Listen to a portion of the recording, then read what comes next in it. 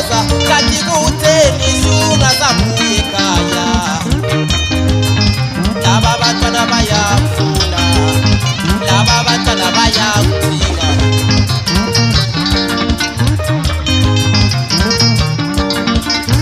webaba kaphotoza kanti kutheni shunga zabuye ekhaya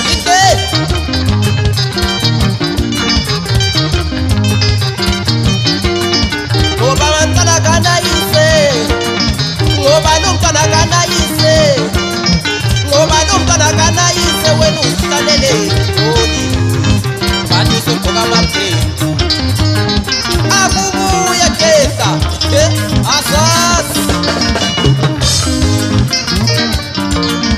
ngoba nomntwana kanayise ngoba nomntwana kanayise ngoba nomntwana kanayise wena usihlalele ngoli akubuye geli ngisile bathi sifisa ngenjiva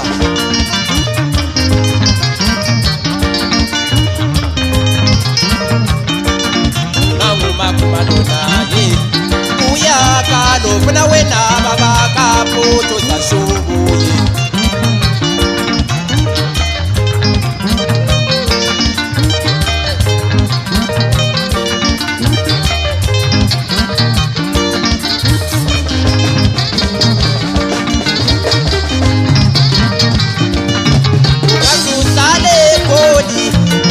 ungazuhlale egoli kodwa ukhumbule siwabantu abakokheyi bakubuye ukuqoka ubrendute ngeke kusize ngalutho mntanami inde usane ngoba bafana basekhaya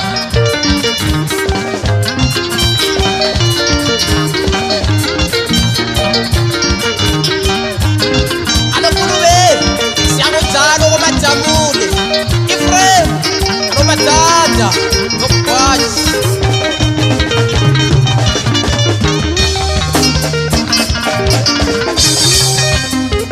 elizwa mkhuluma kanje mahlabezulu ngoba siyabona abanye abantu abasaya emakhaya one time inde lalela uzi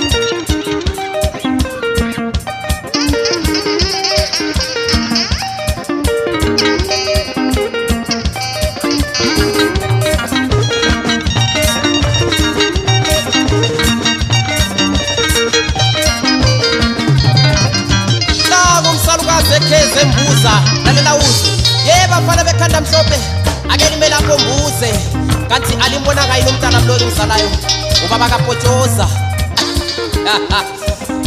what time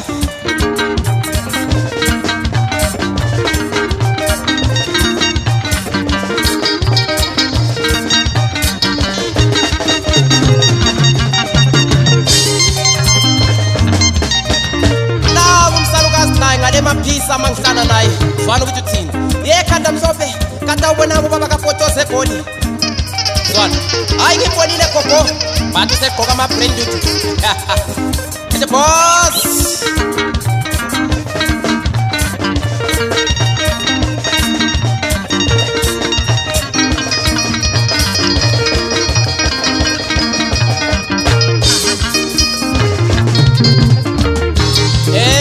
ugogo uyakhala uzathola abafana sebehamba bedunusile umuntu engahambi kibo usesibiza ngenjiva egoli the boss kulube awutshela abantu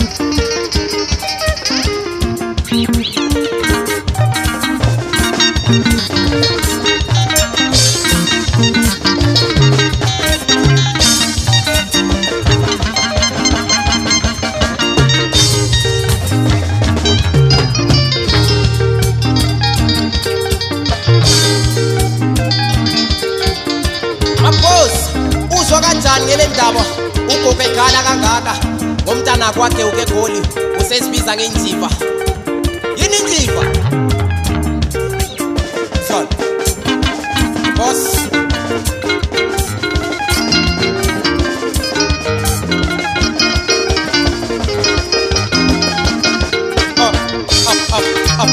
up kwenya kulube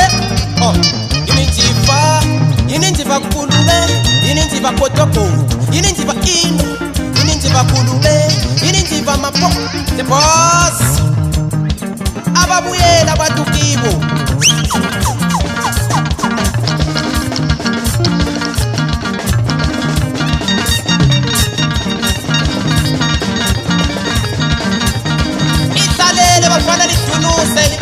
one ukwenza so.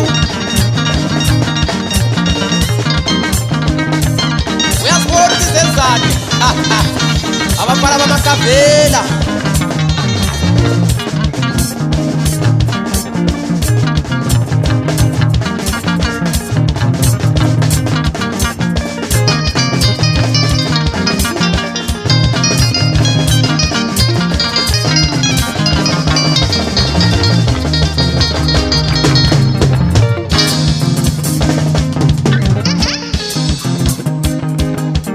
Khona kusiza ukuthi lizenze okay.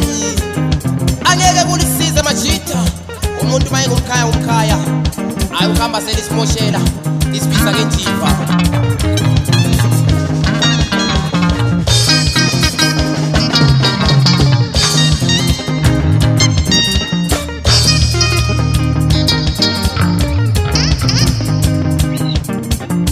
Pindani yekela kuthi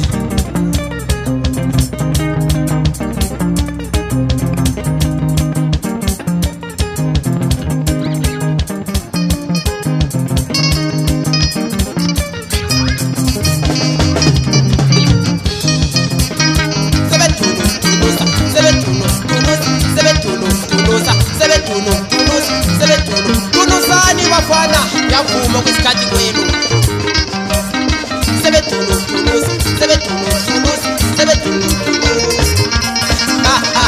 Uyakubona kwenzani tunusa kuti one kuti two the boss.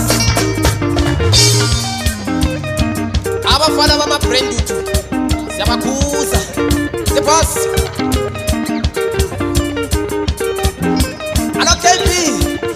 Jalo kudala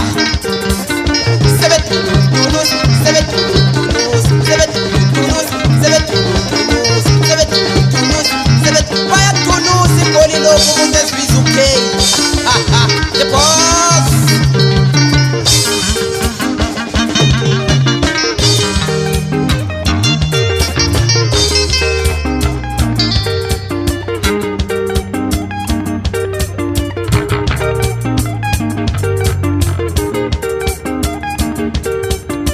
Yekela kutshe ngoba isikhathi sokulandisa kinaso. The boss.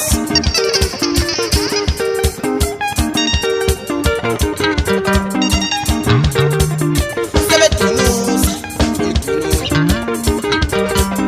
kulube thinta uyidlalela ikhanda mhlophe.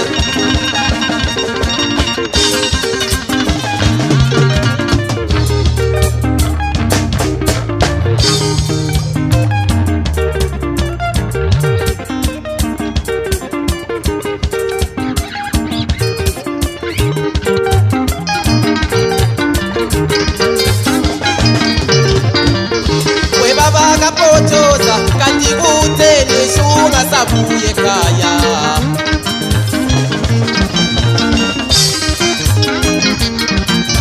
Webaba kapotoza ngicela wenobuye. Webaba kapotoza ngicela wenobuye. Sakubona thina bizelo thina sakubula.